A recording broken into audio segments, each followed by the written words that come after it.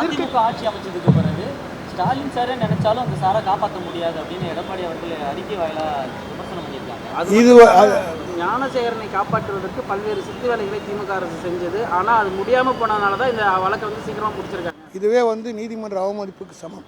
காரணம் என்றால் அப்படி அந்த சார் யார் என்பதை தெரிந்தால், தைரியம் இருந்தால், துணிவு இருந்தால் அதை பெயர் அவர் சொல்லியிருக்க வேண்டியதானே. வெளியிலே சொன்னால் கூட வழக்கு போடுவார்கள். பொள்ளாச்சி ஜெயராமனை பற்றி பேசிய நேரத்தில் ஒரு நீதிபதி மன்றத்துக்கு போய் யாரும் பேசக்கூடாதுன்னு தடை பெற்று வந்தாரா இல்லையா?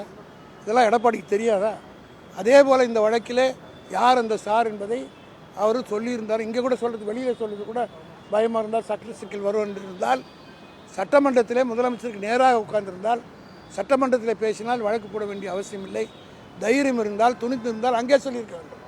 அதை சொல்வதற்கு பதில் தெரிந்த ஒரு குற்றச்சாட்டில் உண்மை தெரிந்த ஒருத்தரை அந்த சப்ரஷன் ஆஃப் ஃபேக்ட்னு சொல்லுவார்கள், அதை மறைக்க யார் நினைத்தாலும் அது குற்றம். அதுபோல் அந்த குற்றத்தை அவர் மீது தான் முதல்ல செலுத்தணும்.